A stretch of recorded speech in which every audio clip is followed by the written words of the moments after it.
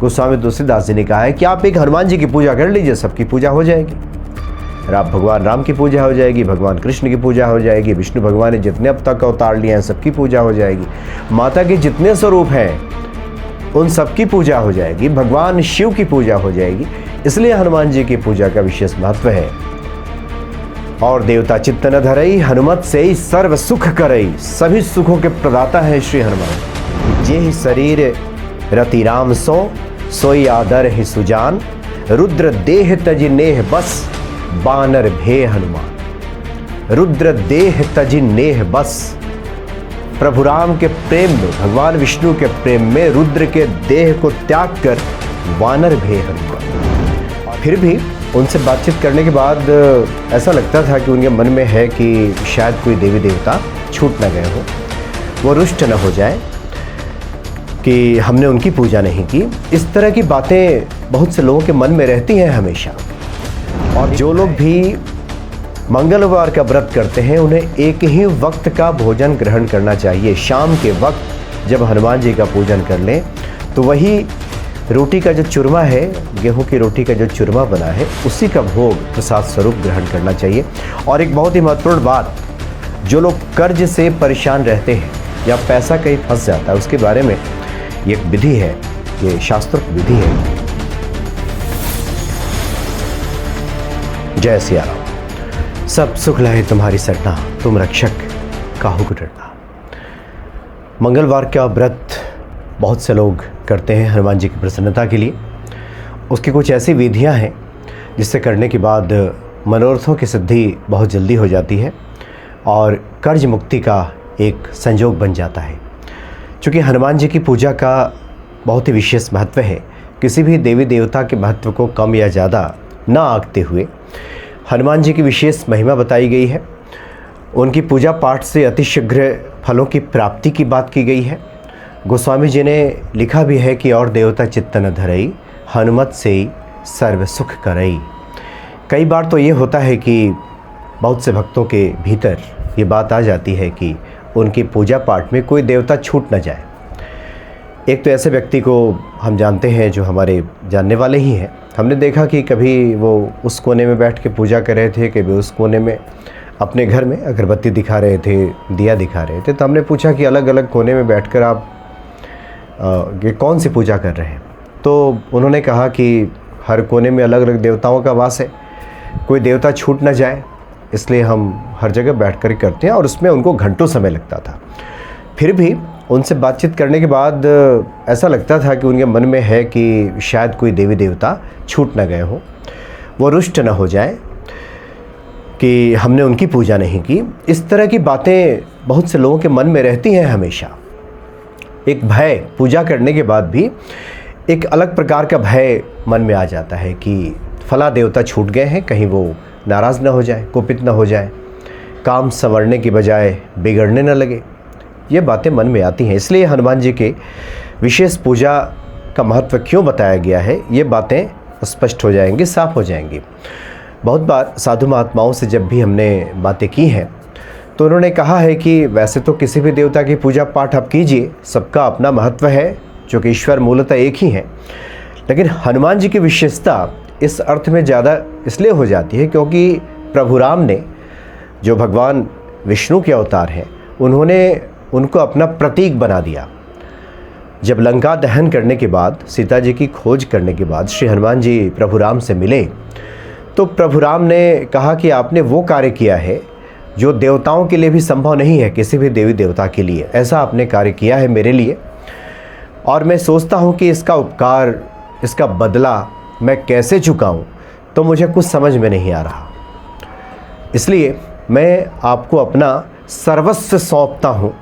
और ऐसा कह कर के हृदय से लगा लिया, गले से लगा लिया प्रभु राम ने, और कहा कि मैं उसके बाद भी आपका ऋणी रहूँगा। सब देने के बाद भी मैं आपका ऋणी हूँ, मैं आपसे उड़ीन नहीं हो सकता। तो इस प्रकार से प्रभु राम ने अपना प्रतीक बना दिया श्री हनुमान जी को। इसलिए श्री हनुमान जी की पूजा आराधना जब हम करते हैं तो भगवान विष्णु के समस्त स्वरूपों की पूजा हो जाती है। भगवान विष्णु के जितने भी अवतार हुए हैं और स्वयं भगवान विष्णु की पूजा आराधना एक श्री हनुमान जी की पूजा से हो जाती है, दूसरा वो स्वयं रुद्रावतारी हैं। तो जो रुद्र की जो तमाम शक्तियां हैं, भगवान शिव और शैव के जो उपासक लोग हैं, जो शैव की हम पूजा करते हैं, वो समस्त पूजाएं हो जाती हैं। और माता जानकी जी ने आशीर्वाद से अनुग्रहित किया है उन्हें। माता जानकी जी के तो शोक का ही निवारण श्री हनुमान जी ने किया। लक्ष्मण जी के प्राण के तो दाता श्री हनुमान जी हैं। तो जो तमाम मातृ शक्तियाँ हैं, जो माता की शक्तियाँ हैं, और श्री हनुमान जी चूँकि रुद्र के अवतार हैं, इसलिए माता पार्वती की शक्तियाँ भी हनुमान जी के साथ हैं। उनकी जो पूंछ है वो स्वयं माता पार्वती हैं। इस रूप में देखें तो मातृ शक्तियों के जो तमाम स्वरूप हैं, वो सभी स्वरूप प्रसन्न हो जाती हैं एक अगर हनुमान जी की हम पूजा कर लेते हैं तो। मंगलवार के व्रत की विशेष विधि है और इसकी हम बात करें, लेकिन एक बहुत ही महत्वपूर्ण बात है जो हनुमान जी के भक्तों के लिए, साधकों के लिए जानना बहुत आवश्यक है। जो लोग जानते हैं, एक बार पुनः श्रवण करने से भी हनुमान जी के प्रति हमारी ये भक्ति बढ़ जाती है। चूँकि रुद्रावतारी हनुमान जी के बारे में ये कहा जाता है कि उनके अवतार के पीछे तो बहुत सारी कथाएँ हैं। एक तो अपने इष्ट जो भगवान विष्णु प्रभु राम का जो रट लगाते रहते हैं, उनकी सेवा का मौका तो उन्हें मिला ही रुद्र को, भगवान शिव को। लेकिन इसके पीछे एक कथा है, वो ये है कि हिरण्यकशिपु जो कि भगवान शिव का बहुत बड़ा भक्त था, लेकिन उसकी महत्वाकांक्षाएं बहुत ज़्यादा थी। वो चाहता था कि इस पृथ्वी लोक के साथ साथ देवलोक पे आधिपत्य हो जाए। इसके लिए बहुत आवश्यक था कि भगवान शिव की आराधना किया जाए। चूँकि बगैर शिव की आराधना के, बगैर शिव कृपा के, भगवान शिव जब तक आशीर्वाद किसी को ना दें, हनुमान जी किसी को आशीर्वाद न दें, तब तक इच्छित पूरा नहीं होता। इच्छित पूरा तभी होगा, आप कितना भी कोटि जोग जप तप कर लें, इच्छित फल तभी मिलेगा आपको जब भगवान शिव प्रसन्न होंगे। गोस्वामी तुलसीदास जी ने भी श्री रामचरितमानस में इस बात की चर्चा की है और बताया है कि इच्छित फल बिनु शिव आराधे, बिना शिव की आराधना के इच्छित फल नहीं मिल सकता। चाहे आप कितना भी जोग कर लें, तप कर लें, कुछ भी कर लें। तो हिरण्यकशिपु ने भगवान शिव की प्रसन्नता के लिए बहुत बड़ी तपस्या की। भगवान शिव आए और कहा कि मांगो वर। तो उसने जो वर मांगा कि ना मेरी मृत्यु आकाश में हो, ना धरती पे हो, ना पाताल में हो, ना दिन में हो, ना रात में हो, ना मनुष्य के हाथों हो, ना देव के हाथों हो, ना पशु के हाथे हो, ऐसा वर मांगा। तो भगवान शिव ने विचार तो कर लिया कि ये वरदान इसको अगर दे दिया गया तो ये अमर हो जाएगा। लेकिन वो भोले भंडारी हैं, भगवान शिव हैं, अपने भक्तों को सब दे देते हैं। तथास्तु कह दिया। और उसके बाद अत्याचार की बातें सभी जानते हैं कि हिरण्यकशिपु ने कितना बड़ा अत्याचार मचाया। सभी देवी देवता गए मिलने के लिए भगवान ब्रह्मा जी के पास, उन्होंने प्रार्थना की। तो ब्रह्मा जी ने कहा कि ठीक है, इसका कुछ हम विचार करते हैं। तो भगवान शिव से मिलने के लिए वो हिमालय में बद्रीवन है, बद्रीवन गए तो संयोग से देखा कि भगवान विष्णु भी वहीं बैठे हुए हैं। तो इस बात की चर्चा ब्रह्मा जी ने की भगवान शिव से। तो भगवान शिव ने कहा कि उसको तो मैंने आशीर्वाद दे दिया है, अब उसकी मृत्यु तो हो नहीं सकती। लेकिन भगवान विष्णु ने कहा कि हम इसका कोई ना कोई उपाय इसमें निकालेंगे हम। तो अब ये देव लीला है, इस रहस्य को समझना बहुत आवश्यक है। तो भगवान शिव ने को लगा कि हमने जो आशीर्वाद दिया है इसके महत्व को विष्णु भगवान कम करना चाहते हैं क्या। तो भगवान शिव ने कहा कि नहीं, ये उसको तो मारा नहीं जा सकता, उसने तो ऐसा आशीर्वाद प्राप्त कर लिया है। तो भगवान विष्णु ने कह दिया कि अगर मैंने उसे नहीं मारा तो मैं देवलोक छोड़ दूंगा। तो इस पर भगवान शिव ने कहा कि प्रभु अगर आपने ऐसा कर दिया तो एक जीवन मैं आपकी सेवा करूंगा। और यहीं से रुद्र के अवतार लेने की, हनुमान जी बनने की कथा प्रारंभ हो जाती है।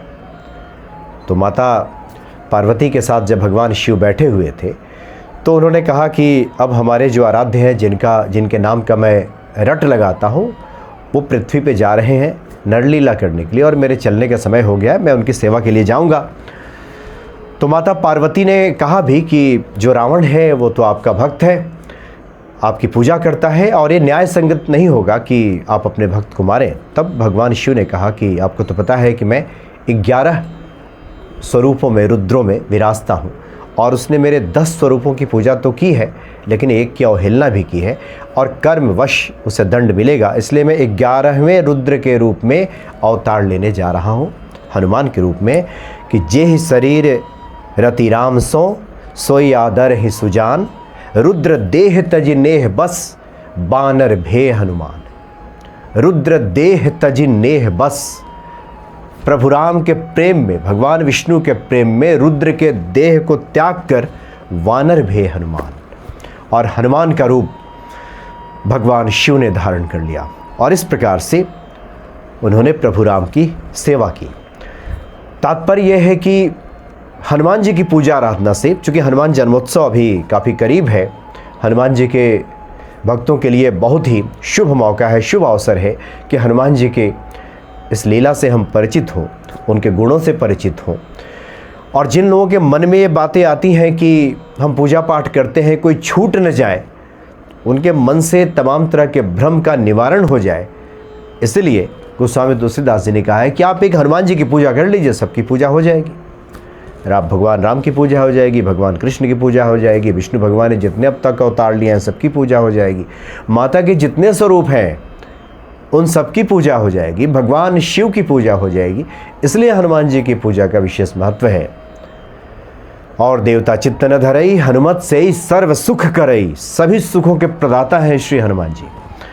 अब जो लोग मंगलवार का व्रत करते हैं तो 2-3 चीज़ें के बाद 2-3 विषय पे इस पे ध्यान देना आवश्यक है कि जो हम लोग हनुमान जी को भोग लगाते हैं, वैसे तो आप भाव के साथ जो भी हो व्यवस्था हो जाए भोग लगा दीजिए, वो सब ग्रहण करेंगे। लेकिन शास्त्रोक्त विधियाँ जो बताई गई हैं वो बताई गई हैं कि अगर आप सुबह हनुमान जी की पूजा करते हैं तो उन्हें गुड़, नारियल का गोला या मोदक लड्डू का भोग लगाइए। हनुमान जी को सुबह जो लोग भोग लगाते हैं, विशेष दिनों में तो लगाना ही चाहिए, जैसे मंगलवार को, शनिवार को या फिर हनुमान जन्मोत्सव के दिन विशेष मौके पर कम से कम उस दिन तो व्यवस्था होनी चाहिए कि सुबह अगर हम पूजा करें तो गुड़ का भोग लगा दें, गुड़ चने का भोग लगा दें, मोदक लड्डू का या नारियल का गोला उन्हें अर्पित कीजिए। और दोपहर में हनुमान जी की हम पूजा करते हैं तो उस समय रोटी का, गेहूं की रोटी का चूरमा का भोग लगाना चाहिए। इससे हनुमान जी अतिशीघ्र प्रसन्न हो जाते हैं। रोटी का चूरमा के लिए आटे की मोटी रोटी सेक लेनी चाहिए और छोटे छोटे टुकड़े में उसको बांट करके गुड़ को कूटकर उसमें मिला देना चाहिए, उसमें घी मिला दे और उसको फिर उसका चूरा बना दिया या गोल बना दिया, लड्डू जैसा भी हो जाएगा। तो ये हनुमान जी को भोग लगाना चाहिए। और संध्या काल में हनुमान जी को हम भोग लगाते हैं, उस वक्त फल का भोग लगाना चाहिए। अमरूद, केला, सेव, जो भी मौसमी फल है उसका भोग लगाना चाहिए। और जो लोग भी मंगलवार का व्रत करते हैं उन्हें एक ही वक्त का भोजन ग्रहण करना चाहिए। शाम के वक्त जब हनुमान जी का पूजन कर लें तो वही रोटी का जो चूरमा है, गेहूं की रोटी का जो चूरमा बना है, उसी का भोग प्रसाद स्वरूप ग्रहण करना चाहिए। और एक बहुत ही महत्वपूर्ण बात, जो लोग कर्ज से परेशान रहते हैं या पैसा कहीं फंस जाता है, उसके बारे में एक विधि है, ये शास्त्रोक्त विधि है कि वो जो भोग लगाया गया है रोटी के चूरमे का, उसको अगर बाएं हाथ से भक्त ग्रहण करें, प्रसाद बाएं हाथ से, रात्रि के प्रहर में, शाम को आपने पूजा कर लिया उसके बाद ग्रहण करते हैं बाएं हाथ से, तो इससे आपका कर्ज उतर जाता है। जो लोग भी ऐसा करते हैं वो देखें, बहुत से लोग जो जानकार हैं, जो हनुमान जी की महिमा से परिचित हैं, जो लोग हनुमान जी के अच्छे साधक हैं, वो इस बात को जानते हैं और अपने प्रियजनों को बताते भी हैं कि अगर ऐसा है तो आप कीजिए, आपको कर्ज मुक्ति हो जाएगी, आपका कर्ज से छुटकारा मिल जाएगा। पैसा कहीं फंसा हुआ है तो ये भी आपको मिल जाएगा। तो हनुमान जी ऐसे देवता हैं जिनके बारे में जितना भी कहा जाए वो सब कम ही है। उनकी प्रेरणा से जो सुयोग संयोग बनता है, जो सामर्थ्य देते हैं, जो सुअवसर प्रदान करते हैं, उसके मुताबिक हमारी कोशिश होती है कि हनुमान जी के बारे में, उनकी भक्ति के बारे में हम चर्चा कर सकें, खुद की वाणी को भी पवित्र कर सकें और जो लोग सुने उनका भी भला हो, उन पे भी हनुमान जी कृपा बरसे और सुख शांति मिले, क्योंकि हनुमान जी मंगल के दाता हैं।